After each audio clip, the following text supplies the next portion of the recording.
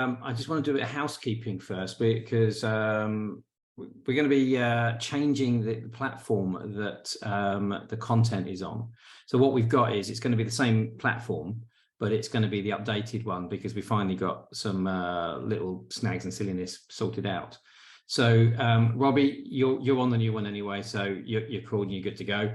But everybody else, what we're going to do is, because we originally put the Tech Leader program onto my other company platform, we're just now going to dedicate it to Tech Leader one.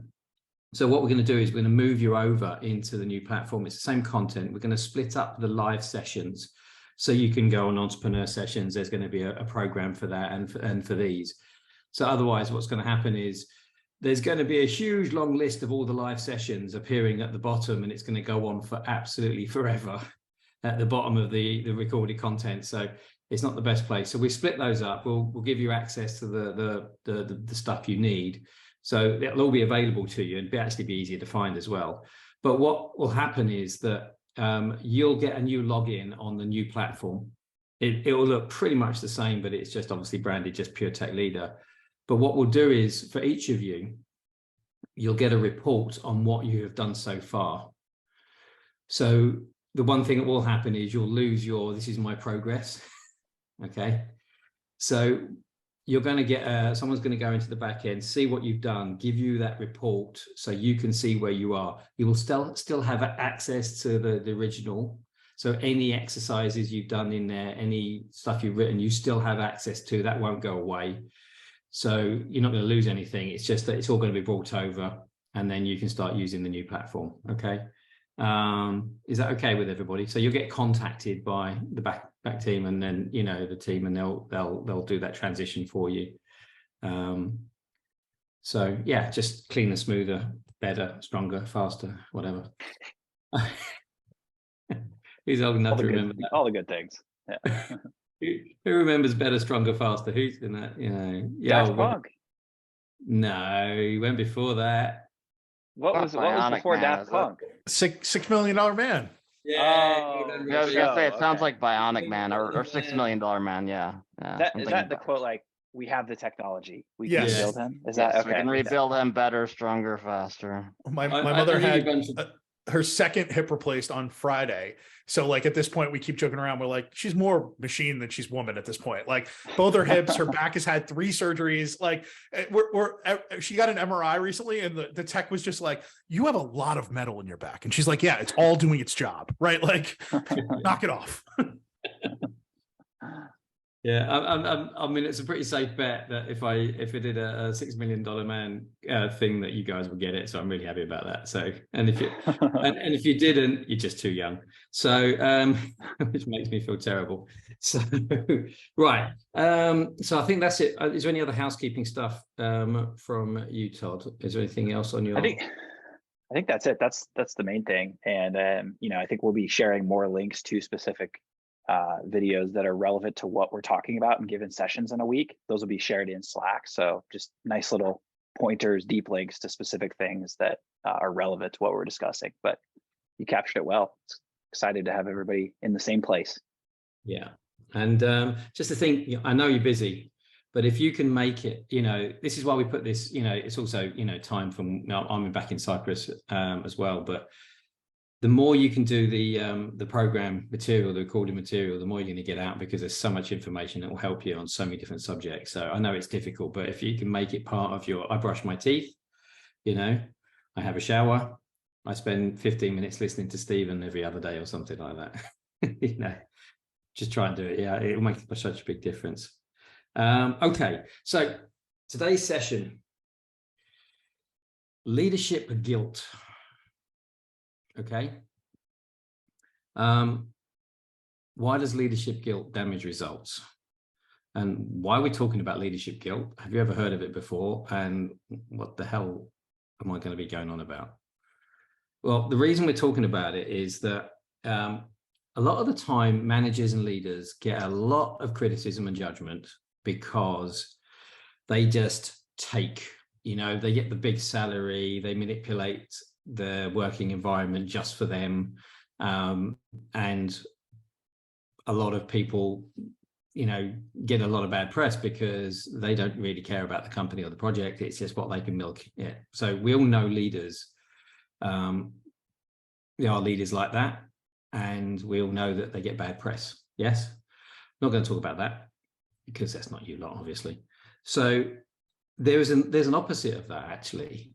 It's especially when people move up from being an individual contributor into being a leader, and especially if they're going to be designing their own company and they're going to be running their own projects, is that they actually feel guilty for not working. And what I mean by that is working at the net level they now need to be working at. So they do all sorts of crazy stuff. So this is really a follow-up on what we did last week, which is all about staying strategic. But I wanted to talk about leadership guilt because it happens in all sorts of ways. It happens for different reasons. It happens when it doesn't need to. And people feel guilty for moving up into a leadership way of behaving. And they're often, it's not, it's their values, but often it's because they're worried about what other people will think of them as they're changing. So there's lots of things. I just want to throw this out there. Usually, on these mastermind calls, we throw out this idea and see what hits with you, and you think, okay, yeah, I do that bit. The rest of it doesn't apply to me. But what I also want you to think about as you are leaders who are growing managers, this also applies to the people you develop, the people you need. So it's not just about you. Remember, everything we do is, first of all, applicable to you because you're on the program, but is it happening with the people you have to work with? Is it happening with the people you're developing? And does it happen with the people that you're reporting into? So everything we do and look at, remember to look at it from those three different directions. So you understand it and you can use it in different directions, because if you've got a co-founder or an entrepreneur you're working with or someone like that, and they are just chaotic because they are full entrepreneurial mode, they have no ability to control themselves and regulate there and be planning and whatever, that's going to affect you. So knowing how to deal with things in all directions is really important. So I just want to remind you of that. So this is more probably going to be applicable to you, but also, what about people you're developing as you move up? Will they move up in a good way? So this is why this is actually a very important thing. I've seen this so much. Okay. Does it make sense? Everyone all right with that? So what do I mean by guilt? Well, when we move from something that we, as an individual contributor, or in the Genius Zone model, the worker model, we often are very comfortable in terms of this is how I work, because these are our hours. This is what we're responsible for. This is the work rate I'm expected to do. And often it's given to us as a worker by our managers, by our leaders. This is what you do, when you do it, when you turn up, what you wear, how you behave. But what happens when you're a leader? You have to design that for yourself. So not only do you have to motivate yourself, but you often have to design your time, your work time, and what you're going to do, and then you prioritize what you're going to do.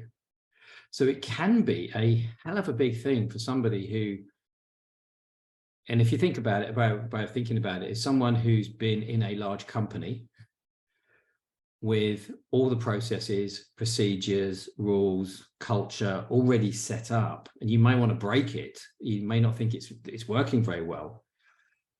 But when you have to actually design that yourself for your new project, your new company, it's not just getting the job done. You actually have to design all of those things because they're not there. It's a new startup, for example. So when that happens, it's a lot of thinking time and a lot of energy needs to go into that design. So when we go into being a leader on a personal level, we have to design how we use our time. What is my job? So, and one of the favorite things we come back to, what is your definition of work? So this is why this subject's really important, because last week we were talking about staying strategic. But this is one of the things that can often trip us up, which is not necessarily about, you know, how we stay strategic and what we do. It's actually the thing in the back of our head, and this is where the guilt thing comes from. I'm not working because this is not work. So this is the redefinition and bringing it together. So I wanted to talk about this because it catches people out, and you end up doing the things that are not the best thing. You end up doing too many hours, and then you beat yourself up because you didn't do much work today. Or did you? So Todd and I jumped on, we had a sync, and then it was like every day we tend to do a quick sync, don't we, Todd? And we just talk things through. But how much stuff did we cover today? Which is, none of it was about implementation. It's all about strategy and tactical stuff. And we're looking 6 months ahead. One of the plans we came up with is 6 months ahead. But was that valuable? Was that work? Yes. But when you're trained to be as a worker, so if you think about worker mentality, so if we're thinking the Genius Zone model, workers very much their time, tasks, results. Okay, they have a certain amount of time, how many hours, 40 hours, whatever. You know, they have certain tasks that are given to them, and then they get immediate results from that. Did they do well? Did they not well? Did they hit the thing they're meant to hit? Now, obviously, they can do more than that. They can be much more creative, and they may have other things. But for most workers, what are the tasks they're doing within the time they have, and therefore that's the results, and that's how they judge themselves, or you judge them as a leader or manager on their productivity. Yeah, pretty straight for most workers. When you get to the manager side of it, it's much more about organization, or it should be about organization in all its different forms. So the manager's looking at the organization, is it how things working? So they're more tactical, but then their job really is usually about, you know, that setting that organizational stuff up, and then communication. So they're starting to create leverage, which then creates the result. So that is more immediate, but also it can be more delayed.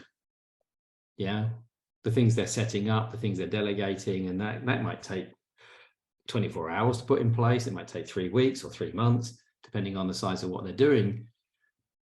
But it starts to extend away from the immediacy of the worker. You know, I did this, I got paid for that. Now, a manager, it starts to extend. So you don't get immediate effects straight away. But as a leader, if you're being truly strategic at that point, doing your strategic work, you're being creative, you're being entrepreneurial, you're brainstorming, you're thinking about stuff.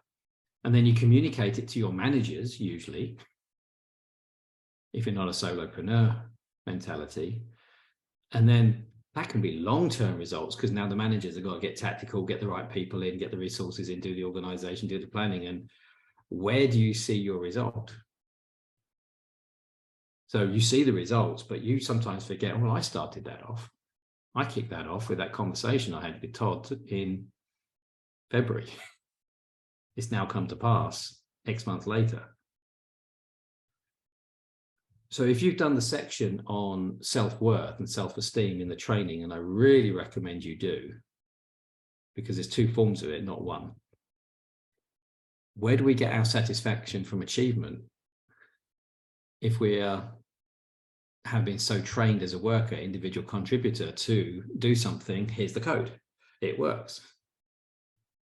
So the more strategic you come, and then the more you make that leap from individual contributor to being a leader, you know, a fractional CTO, you got your first project, or all of a sudden your definition of work and the timeline that you're working on can just expand, and you can't necessarily go home going, yeah, I had a good day because I made that happen. You go home going, well, I set the ball rolling and then I had to hand it over. And sometimes we just go, well, did I do anything today? Did I achieve anything today? And this often happens. I don't know if you've had this experience. Oh, yeah.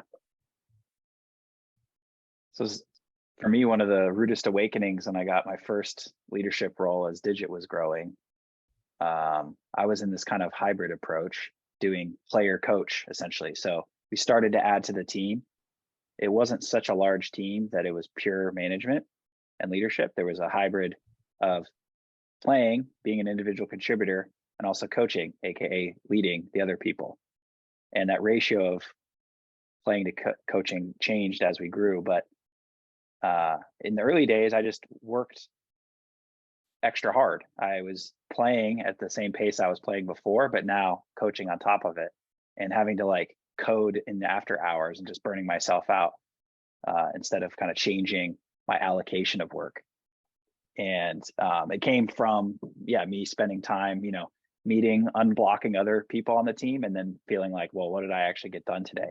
Because to your point about the longer timeline, I lost my like feedback loop, or the feedback loop just expanded and took much longer time to get the results. And so you don't have that like quick compile the code, run it, test pass. All right, we're good. And so that the immediacy of that feedback loop, I was almost like hooked on that as a worker. So then when I was having to lead more, it was a very rude awakening. And then what you said there about being hooked on it, that's literally true. Yeah, you got your endorphin, you got your serotonin hit, you got your, hit from, I did this, I achieved it, it worked. So if that disappears, and what you also said is, well, I end up doing that as well as, and you end up burning out. Yep. Because you're missing that recognition of yourself, your self-worth, your belief in yourself, your confidence in yourself. And this is why a lot of leaders lose their confidence and their sense of direction. And often, well, can I go back to do some coding? Yeah. So as you're stepping up, this is why we talk about definition of work, but I want to talk about the emotional side of it and literally the chemical side of it, that you may miss that. No, you may not. You might be going, yes, hallelujah. But what you'll do is you'll be able to get out of it and move away from it if you recognize that you are doing something worthwhile. But you'll have to train yourself to go, I did do something. But what you did was you mentored, you coached, you strategized, and put that in place and go, this was a valuable day. Because sometimes, I look at it and I go, well, I've got very few calls in the day, but my brain is whirring and clicking. And then Todd and I have a conversation. It's like, I've been thinking about this. And at least, and we were laughing today, wasn't it? It's almost like all the, I said to Todd, have you got the geishas and the whatever car or whatever it said in the plan? Because we're achieving our plan. What else have you booked in there? No geishas. So it's like, but that was all months ago. And we were saying what's happening now is what we originally wanted it to be when we were discussing this over quite a long time ago, when we're looking at the model and then, putting it into plan. But it's only now, it's like going, oh, we've got a tick in the box on that one as well today. Excellent. So unless you remember to do that,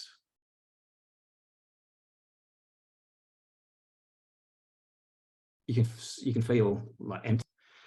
And the other thing is, if you are actively, and this is the important thing about,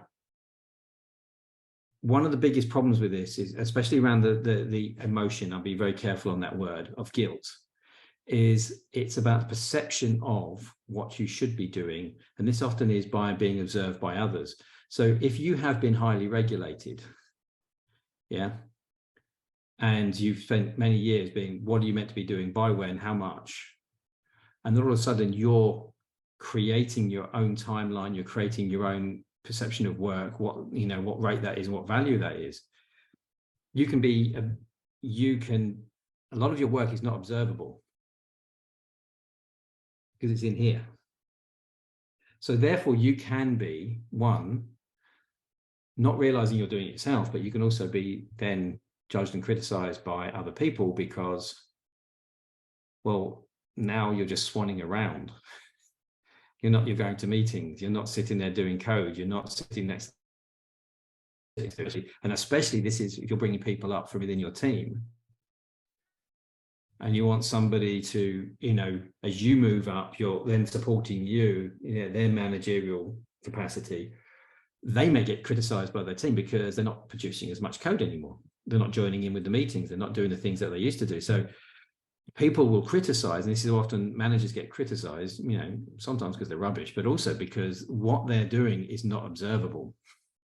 It's inside your head. So think about that very importantly. So, and the fear of being judged, by people is an extremely common fear. It's part of imposter syndrome. It's fitting in with society. It's talking about our value. So therefore, if you're worried about being judged, what you then do is you think, well, should I be doing more hours? Should I still be doing some coding? Should I still do this? Should I still do that? So who's judging you? What you think people, are interested in, what people that, and this is why a lot of the time, when you've got a potentially very competent supervisor or management potential person will not step up into the role formally because they don't want to be judged by their peers, because they don't want to leave that group. Have you ever met anybody who you can absolutely depend on to hold the fort while you're not there? They know everything, they understand everything, they understand, how their business works and how to make decisions, they look after the team when you're not there. But if you give them that promotion and make it formal and give them a pay rise, they'll say no.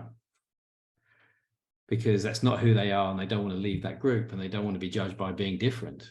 So that's why a lot of people, really talented people, won't step up, even though they have the ability to do it, and they, say natural managers. So do you have a fear of being judged? Yeah. And if so, that can stop you choosing the right things to do to get the task done. Especially if it's under pressure of, what you're now doing is much more strategic. So think about this. You're often not observable in the organization because you're not with them as much. You're not sitting in the same place. They can't see you doing work. You may be in meetings. You may be just thinking. You may be working outside of work hours. Anybody here mull over their work when they're out shopping or something like that? Yeah. Or even you're at home or you're on holiday. Yeah. Anna says never. Yeah. So the subconscious mind is always going. Because you're that innovator, that leader. So your brain doesn't turn off and say it doesn't follow, Victorian, Edwardian work hours from the UK that spread around 9 till 5, and then you got Saturdays off. Yeah. So the more you step up, the more that your value can come, comes with your experience and your knowledge and the ability to leverage that. And it's your, your communication, but it's not observable to a lot of people. So therefore, they may criticize because you've changed the rules, you're doing something different, but also you might criticize yourself because, well, what did I do? But your job is to create leverage. Your job is to create direction and what are the other things a leader does? So when you are doing this and you're designing your own time, this can be a bit of a shock. So your hours may not be regulated by, like I said, you have to set up and manage your own time, and you have to decide what is valuable. So a lot of people will want to step back into doing the thing where their perception of their value is being, justified to themselves. So as Todd says, you're doing the mentoring, you're doing the helping people, unblocking people and guiding and leading, but then you go back in and do some coding. Because either I feel I did something that I can judge myself on and go, I did work today. Yeah. So you end up doing more hours. Or you go back into something that is, that makes you feel more certain and taking away the responsibility of having to be that leader, that creator, that innovator. And you go back to something where you can just say, I need a break because I'm under pressure to come up with ideas and be a strategy, be the leader, take responsibility, high level thing. And do you know what? I want to back off. Do you know anybody who's got to a leadership level and they've actually just wanted to back off and go back to being a worker? Yes. The problem is organizations, you can't unring a bell, right? So it's very hard for people to go back to being an individual contributor, especially if the organization pushed you to leadership. It's really wild to watch, because it was a friend of mine who was one of the best architect level engineers I've ever met, and they made him a director, and he then had, you know, a 25-person org he was responsible for, and he was just like, you know what I'd really like to do? Go back to writing code and architecting solutions, right? Like, I'll do all the mentoring from right here, but like, I don't need all this other crap. And they couldn't do it. He ended up leaving the company, because he couldn't unring the bell, no matter how hard he tried. So this is why this is really important. Sorry. I was gonna say, I've seen the same thing, although admittedly, because I ran that division and that team, we cycled team leaders every year. So they actually took a break from being a team leader for 3 or 4 months and would go back and write code and then come back to it. But we actually started that specifically because of this problem. Somebody requested to no longer, they just didn't want to do that role anymore. So when we investigated it, we found out, oh, okay, well, we'll let them go back and do that for a bit to help out. So when we are promoting people, are they the right person? Are they supported so they actually learn how to do it? And then what are we expecting them to do with their code, you know, their coding time, but also we're often taking away someone's sense of worth and validation. This is how I know I'm good at, and I earn my money and I did a good job. And now you got me doing something with a higher pay bracket and more responsibility, and I deserve it because you're good. You're fantastic. And actually they just go, who am I? And remember, the identity level, the hierarchy of solutions, the identity of who you think you are is incredibly important for your happiness and productivity and everything you do. So really reach out to us if you're thinking of promoting somebody from within or whatever else, and you're not sure, because, reach out to me and I'll give you some tips to, is this the right person? How do you do it? Because as you both said, it's a very expensive mistake and it's very hard to rectify. So often people will want to back off because there's no certainty, because they've been promoted, because it's new, and their validation of who they are. So certainty is the most desired of all human emotions, and our self-worth and knowing that we are valuable is our biggest motivator. So actually promoting and moving from worker to leader challenges both of those, even though, I've been promoted, I've got more money, I'm heading up a project, I'm a fractional CTO, it can be quite strange for the brain. So where does the guilt get into this? Well, guilt is often I'm not being valuable. I'm not doing something. So I just want to talk to you about the emotion of guilt. I'm going to throw this out there. You can do this what you want, because this is definitely my thoughts. Okay. Ryan's smiling, so I think he's done this one. Yeah. There is actually emotion of guilt. There's no such emotion of guilt. It doesn't exist as an individual emotion. I had a big discussion with one of my trainers 20 plus years ago.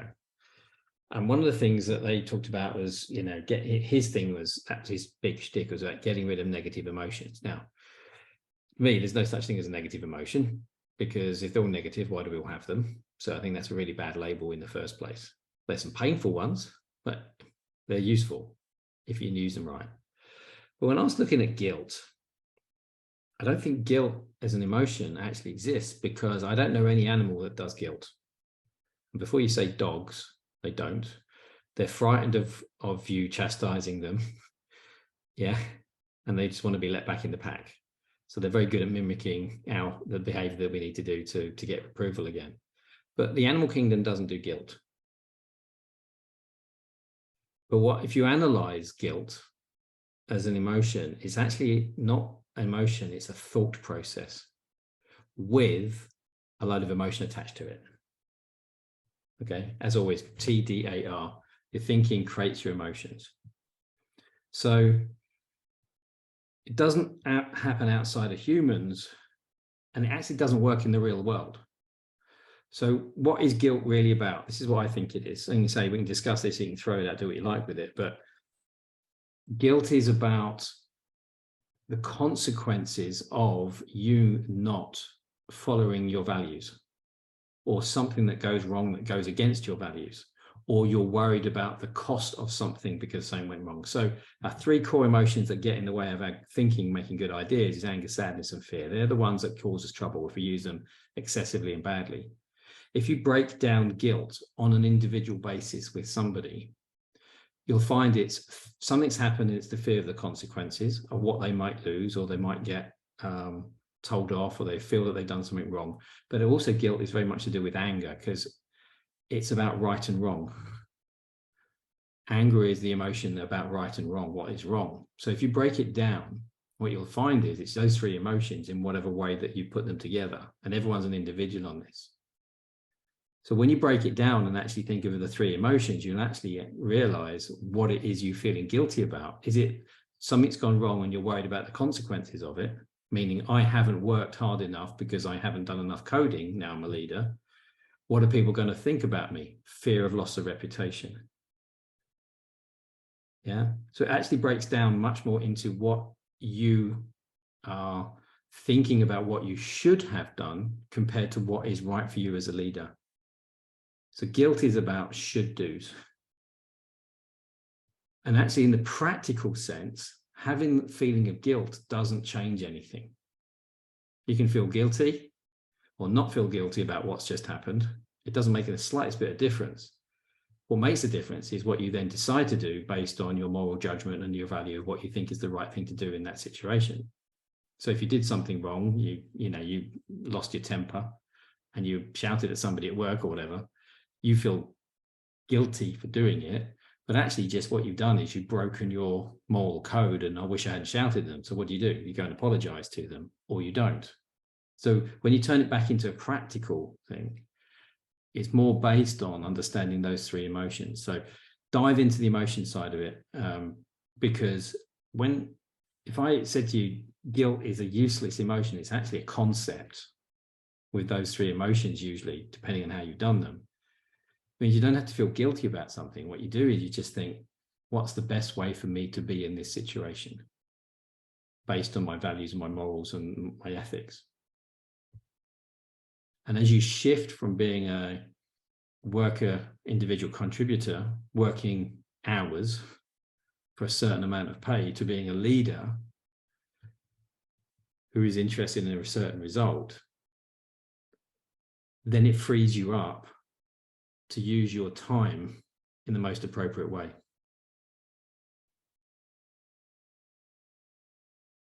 If you have a genius idea when you're on holiday and you think about it while your kids are in the, swimming around and you're on the beach or whatever else, and you just go, hang on a second, give me half an hour. Let me go and work on this. You go, brilliant. Should you put that on a timesheet?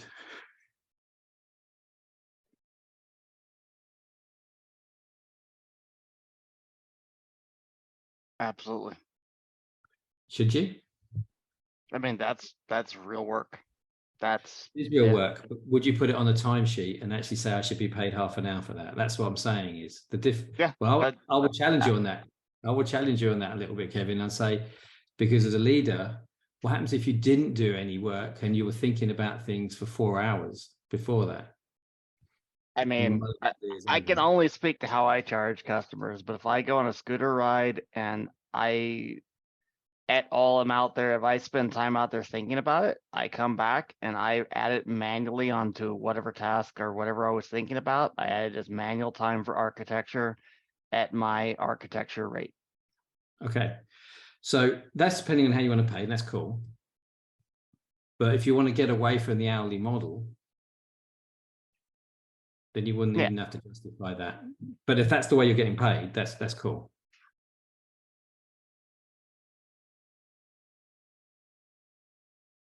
Okay, so that's how. But if you want to get away from hourly thinking, what's that worth? And you turn your life on and off that way, because most people don't as a leader. But it also This means, level of, sorry, Todd. Yeah. I was just going to say, with this level of thinking, it can be really hard to quantify it as hourly work, because one brilliant idea in a half hour can sometimes totally alter the course of something and the output and the result, which is why I think the higher you climb, the more you have to get away from hourly quantification and focus more on the outcome or the results that are delivered.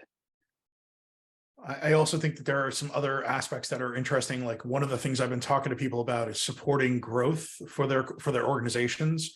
And that's one of those that's really hard to quantify, right? Like, I have 27 years of experience, a full network of people, my reputation, right? Like, if I help you land a $10 million contract for your business, was that 20 minutes of my work, right? So I've actually started having conversations with some of my potential clients about, like, we need to think of like either a capture bonus, whether it's a specific amount of money or a percentage of the win, right? And I'm starting to have those conversations, because I think it's really impossible for me to like help you and represent your organization without bringing my 27 years of baggage and also all of the goodness that's there, right? Like, and you didn't, I didn't spend 20 minutes thinking about helping you, right? Like, what I did was I like made one phone call to the right person, scheduled a meeting, and got you to be a team member on a contract teaming agreement. And now you have 4 slots that's going to make your company $4 million a year for the next 4 years, right? That's very different than like me spending time thinking about like, how do we solve a problem that you're having in your organization, right? Or how do I teach somebody how to be an engineering manager, right? Those are all very different. It's the impact on your business, but also the experience I bring, right? It's the, what was it, Picasso drew a picture in seconds on a piece of paper to pay for his dinner. And they were like, well, it took you like 8 seconds. And he's like, yeah, but it took me 27 years of practice, right? Like, I think that's the way I've been trying to think about it more and more, of like those types of things, like for even the leadership pieces, but the other roles that are influenced by who I am are more valuable than an hourly rate. So this is something Stephen and I had already talked about, and Todd and I have talked about a little bit, is I'm desperately trying to get away from the hourly rate, because it's so many of what the things I do are not quantifiable as 20 minutes of my life, right, for you. And that's the pain point I'm up against, because I'm so tied to this idea of timesheets from years and years as an individual contributor, also working in delivery organizations, right? Consultative delivery. So you have a timesheet that I've been filling out timesheets in one way, shape, or form probably for the last 15 years of my life. And that's how I think about business. And it's not how I want to think about business, right? Like, I want to unring that bell on myself, so that's an interesting part of this conversation for me. So the thing is, it's a great thing you just said, 27 years, sorry, Todd, you've got 27 years of filling out timesheets. So you're trained, by the environment. So who should you be having conversations with who also don't think in timesheets? And then when you have that conversation, usually the entrepreneur or the person up here, they don't think in timesheets. But when you then have to put your contract in, and then somebody 2 levels down in the business who's in accounts or whatever else says, well, where's your timesheet? And says, well, no, this is not what we agreed. So this is when who you speak to and how that goes through to the organization is really important. So you don't get tied into the organization, because that's not how the person who contracted you at the level you're at sees you. So I would say definitely make sure that you don't get pulled back into their system. You're the exception because you're valuable enough not to be. The other thing is, if you've just spent half an hour, if you had a genius idea, you disappeared off, and you had a conversation with somebody, with yourself, and you got the genius idea, then you go back to your holiday. Don't beat yourself up for then taking the next afternoon off, or, because you're not working now. You have an idea, then, you might need to go mull it over. So don't beat yourself up for, working at some point and say, well, I'm not working 9 till 5 or 8 till 6 or whatever it is. And if you need to take some time off and get away, and I say this to Joy, been mentoring her for the last year, I want you to think more before you do, because she's been the worker, and now she goes away and thinks about stuff, and then she comes to me and manages me. That value is huge. And I do not expect her to be at her desk doing stuff. I want her to be doing stuff. So the guilt comes in because we're trained for 27 years to do timesheets. But you have a whole different model, Robbie, that's got nothing to do with timesheets. Right. So that's where your new head needs to invent that. Sorry. Yeah, I even had a conversation with somebody that I've known from the Drupal ecosystem. So I was a longtime Drupal community organizer, and this person is trying to break into the American market. They have a Canadian company and they want to get into the government space. So I was like, the max I want to work right now with you is a minimum of 5 hours, but a maximum of 10. And I was like, so it's kind of up to you and your partners to figure out what you would like me to accomplish. And let's put together like an agenda of the things you want me to do with you. And he's like, well, you're not just going to be a guy who sits there and collects money without me telling you what to do. And I'm like, your job is to figure out how to use me, right? Like it is not my job to find ways for your business to make its way into this market. You have to have an approach that I can help you with. But like, I'm not doing free work for you for the next 2 weeks as you figure out how you're going to use it. Like, that's just not how this works, right? Like we've been in the trenches together for a long time, but like, it's a different experience now, right? Like this isn't over a beer where I'm helping you pontificate about your business. This is, I'm coming in as a senior advisor to your organization about how to break into the US market in the federal space. This is not Robbie that you've known for 27 years. This is Robbie Holmes, who has worked at the White House, right? And it was fun. Like, Stephen, I see you smiling, but trying to explain to him, like, you've known me a long time, but things are different, right? Like, and it's a fun aspect of that where I literally told him, like, it's on you, man. Like, yeah. And the way I look at that, the easiest way to remember that is, especially when you've been working with people, yourself, your guilt, you've done timesheets and you should be working, but also their perception of you, because you've done timesheets for them for years, is that the worst person to impress with your business sense is your mum, because she used to wipe your backside when you had a nappy on. So you've got to break away often from those people who know you, because they want to bring you back to where they know you.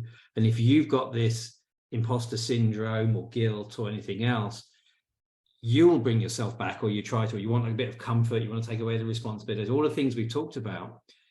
But actually, your value. This is where Robbie's going. He knows he needs to do that. So it may be that this isn't the right person to work with, because you've got to break their model of you as well as break your own. Okay. But if you can practice breaking that model for them, you're going to really practice breaking it for you. In the last 6 months, I fired a client. I may pre-fire this client, right? Like that. I don't know that we're going to go into business together because his approach is so chaotic, but also like he's not willing to think about it differently. So he's got one more week to figure out if he's going to do this, but and then it's going to be like, good luck breaking into the American market. Call me when you're ready. Like, yeah. So there's so many reasons why, we call it the comfort zone, or there's this need for certainty and everything else. So this is why I wanted to talk about this. So it could be guilt, but it could be other reasons. Yeah. You don't have to justify. If you're that good, you're that good, and you're ready to go to, I'm going to say again, the next level. Okay. So it leads me to the last bit, really, as we're coming up to the top of the hour. Is it okay for you to operate as you want to operate? Your definition. Okay. And use your time as you see fit. I was working with a client in the tech space, pretty large company. And he's a product director of a large company. He's a very, very smart guy. And we were just chatting, and he's fed up. He's fed up with the politics. He's fed up with being constrained. He's fed up being, spending too much time lower level managing. And what we did was we delved into what he was really good at and how he should be using his time. So he went with a proposal. He started his own division. He could work from home. Yeah. Because he got out of the model and he proposed something of value, and they went, yeah, let's do that. And he got rid of all his management stuff. He got rid of all the having to go into the office, because he broke the model that it was having inside his head. This is what this is really about. What's the model you need to break to allow you to go up there? And what's the model that you make sure that anybody who knows you needs to reset you on? Yeah. Is it okay to create results using other people's time and experience and expertise? Yeah, that's like your job. You're supposed to be a force multiplier. Exactly. But some people have a struggle with that. But, you know, notice Kevin is like, yeah, duh, of course. So take some of Kevin's, you know, belief system on that. I would advise you to, because he's, you know, yeah, of course. And to redefine your definition of work, because the different level of value you now bring as a leader. And no guilt, because first thing, there's no such thing as guilt in the real world as an emotion. It's a collection of thinking processes that give you anger, sadness, fear, that if you throw them in the right mix, you know, you label them as guilt. Break them up, they won't be guilt. There'll be specific things that your brain is interested in, fearful of, wondering about losing, and possibly you've done something that's wrong or you're not happy with, frustration. Work those out. You won't have guilt. You'll have something you can actually work on and move through. So that's my advice. Just dismiss the word guilt as an emotion. It's not one. But is it okay for you to define all these things? Because last week we were talking about strategy and staying at strategic level of thinking as much as you possibly can, you know, and then tactical. But this is one of the big blockers. Is it been okay to do that? Because am I working hard enough? Yeah, maybe I watched that understanding emotions section like at the right time, because I'm lucky to, I kind of feel like I snuck around that guilt. I haven't struggled with that too much directly. I kind of immediately broke down into like some of the other, like what's underneath there. And I think the thing, I'm glad I held off on asking this question earlier, because I think you just touched on it here with the like breaking the models and the mindset. But something I've been, I don't want to say struggling with, but more like wrestling with is I know, yeah, kind of like Kevin, it's like, I definitely count the stuff I've been doing lately as work. Like absolutely feel no guilt for not being in the code and doing what I used to do. I feel like this is a sign of success in my mind, and I'm like running into it. The problem I'm having is it's right now I need like a measure. I need to like, in the same way, like redefining work, I need to like redefine my measuring stick, I think, for how like is an hour spent doing one-to-one kind of coaching time with someone. How do I weigh that against turning off everything off and just kind of going in deep and taking notes and doing strategy? It's hard to, everything is just in this big bucket now of like non-code work, and it's valuable, but within that, I think I need to start spending some time, the designing your time thing, and thinking about model breaking and trying to think like, what should I be doing? When and where should I push back on the inputs, the kind of things I'm getting told to do and focus on? I mean, I can tell you kind of what I do, and it might Go for it, Kevin, yeah. maybe it would be useful input to you. If not, it's okay.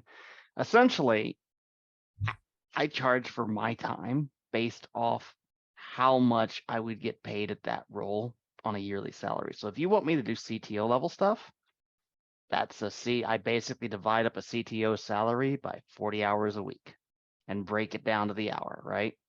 So whenever I have a conversation with someone and I'm, and it's like, well, and we're having this value proposition, essentially that's it. It's like, I was doing CTO level work. That's why you got charged $200 an hour, right?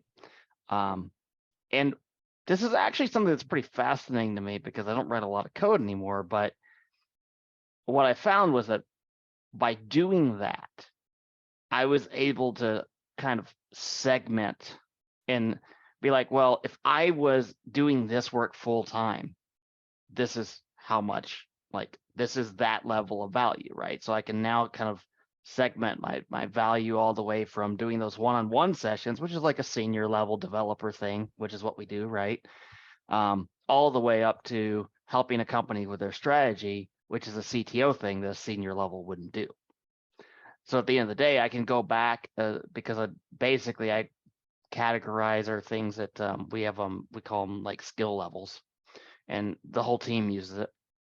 But I can go back and look at my things and be like, well, I've worked on something that was the highest level today.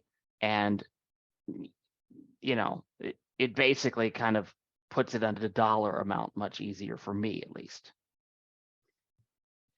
Cool. It's one approach. Cool. Cheers, Kevin. Anybody else got their approach or thoughts on this? For Not me, Ryan? it's opportunity cost, right? Like I'm bringing my whole self to whatever it is you're asking me to do. So I will discount based on the type of organization, not based on the type of work. I would much rather work with a nonprofit and give them a 30% discount or a 40% discount, but I'm going to do a lot of different things for them. But in the end, if I could be making fictitious number, say $1,000 an hour, I am not going to charge you $700 an hour because I did less work. It's that hour is what you just bought. And if you think it is valuable to bring me on to do this work, I agree, and my rate is X, right? Like, so I try now to start from a single rate and not deviate. I'm hopeful to move away from that as I get away from hours, but I try really hard to start from like, this is what I get no matter what the work is. And then I can decide whether or not the organization or the person, I will take a lower rate to do important work, but I will not take a lower rate to do more menial work, right? Is the way I would put it. That's a nice approach. It's funny, when I started my company earlier this year, we pretty much only work with people who are doing things that have a positive impact on the environment, our society as a whole, because yeah, I've done way too So if much. we- If we bring this down to it, it's like, how do you equate your value? And there's many different ways of doing it. So Todd and I will spend time chatting, don't we? We always do a sync. I tend to talk about the management stuff. Todd talks about project stuff. We sync, we keep it going. And then often, sometimes we just go into idea, then it just flows, doesn't it? Mm-hmm. But we never know when that's going to happen. Sometimes we put in, let's do a half an hour on this particular subject because we need to deep dive and get into the tactics. But when we're doing strategy stuff, we never know when it's going to happen. So what we do is we make sure there's always time to do that. So if you're thinking about, answering your question, Ryan, our way of looking at it, I think, the way we work together anyway, we're not really sat down and say, this is how we do things. But when we're looking at our business, it's like, what is going to be valuable in X months' time? And then the idea and the riffing and the innovation, there's no dollar amount against that. Except in my head, there may be a longer strategic growth in the future. That's where the result is.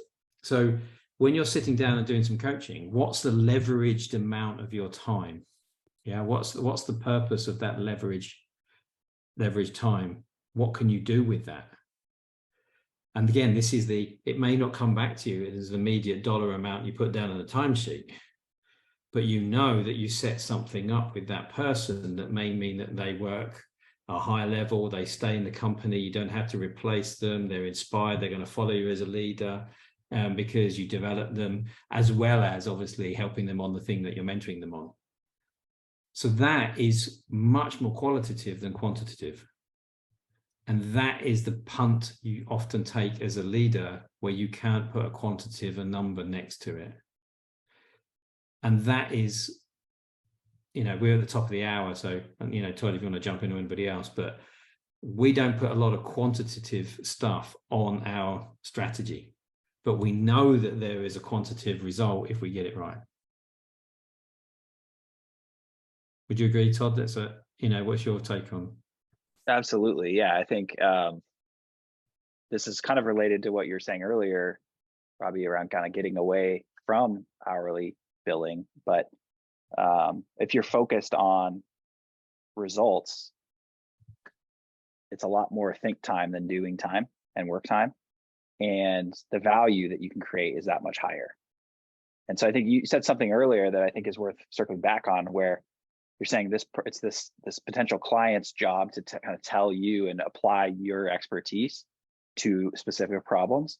But I think you can command an even higher value and pay rate when you're diagnosing and telling them what you can fix. Yeah. And that's what I found to be able to come in and, like, they'll have problems in mind, but actually it's a great way to close the deal and help them in an even bigger way when you can say, actually, that's not your problem. Your problem's over here. And that's part of what I'm going to help you fix. And so the more you can be prescriptive, almost like a specialist doctor might, the higher the higher salary you can command or pay rate you can command. That's the next, and that will show them, that will help them, Robbie, go where they don't even know how to go that way. Yeah, exactly what I'm like. That is Challenger Sale we talked about last week. That is the Challenger Sale stuff. Well done. Yeah. So you could go to that level and you can be their boss because you understand stuff that they don't even know how to instruct you yet, Robbie. They possibly don't even know how to. So you put your rate up and you show them what they need to do.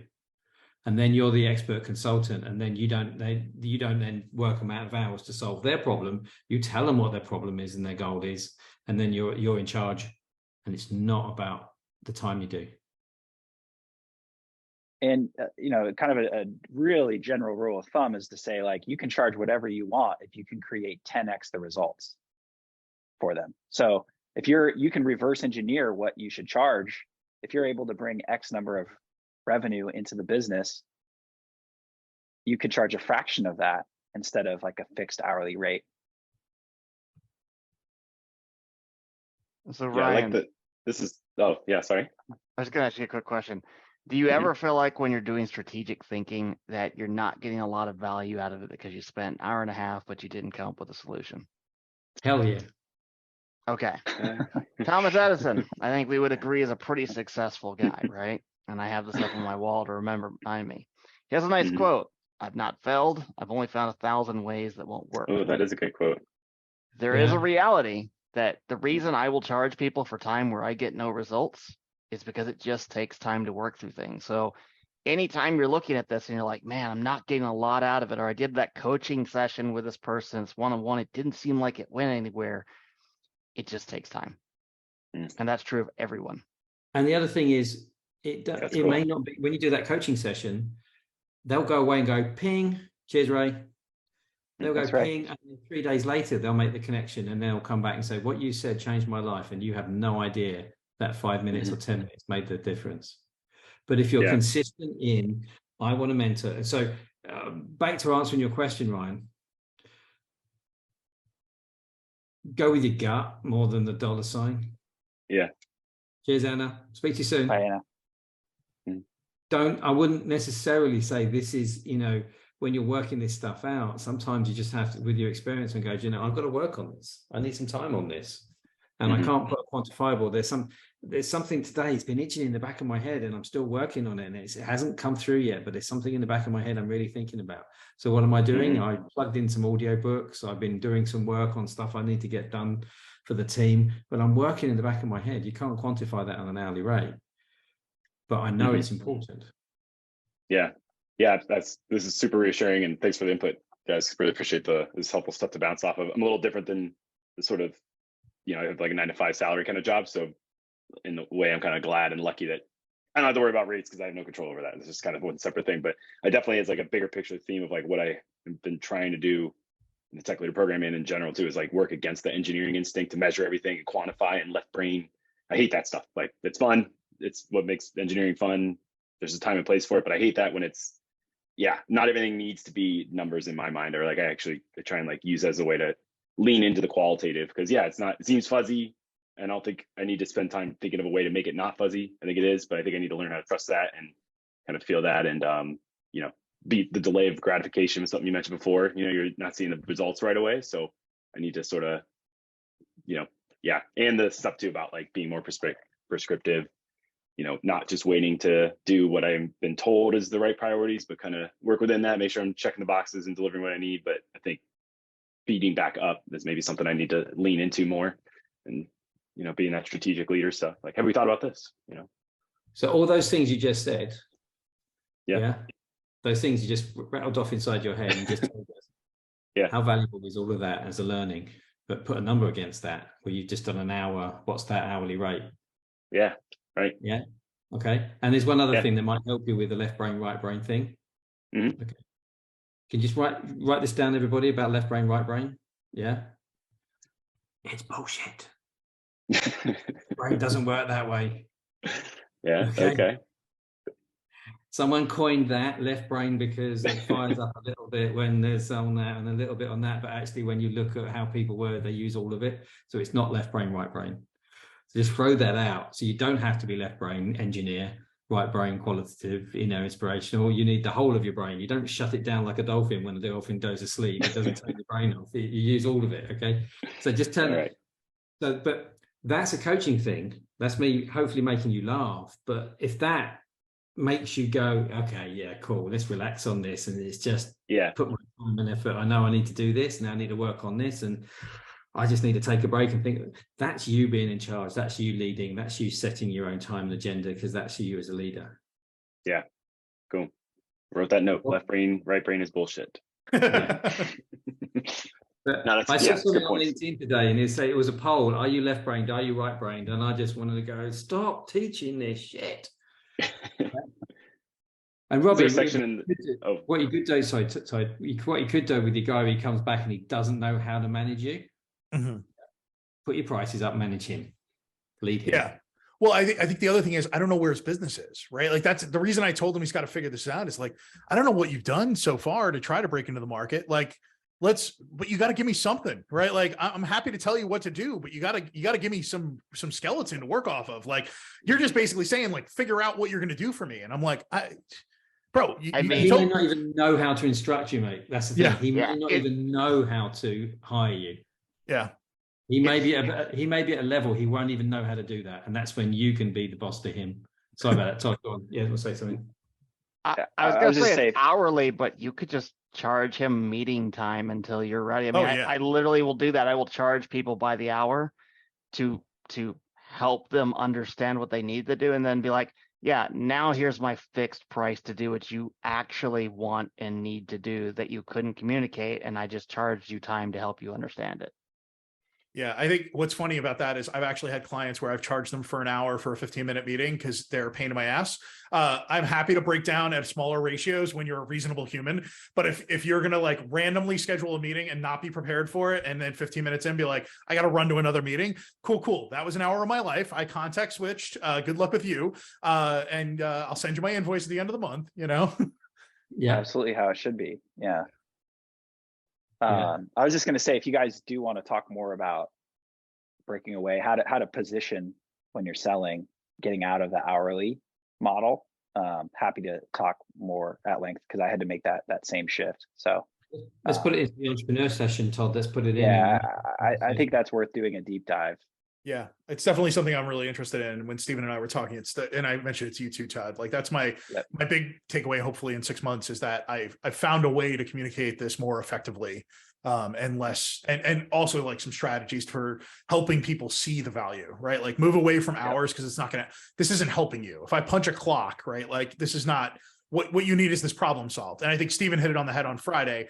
One interesting thing is, like, I don't know that I want to be a fractional CTO. What I want to be is a well-paid problem solver, right? Like Stephen hit it relatively effectively. I've been thinking about it since Friday. He was like, our problem is costing us X. If we bring in Robbie, it costs us Y. It's less than X. Call Robbie, right? Like that's the type of thing I would like to get to, figuring out how that is my business model. And none of that is, this is going to be 22 hours of Robbie's time, right? Like, it is much more about like, there's a problem, Robbie can solve it and help us move in the right direction, right? Like, that's what I'm paying for, you know? Absolutely. Yeah. Let's talk about that on one of these upcoming ones, Stephen. Yeah, we'll get that scheduled in. Yeah. See, I listened, Stephen. Good.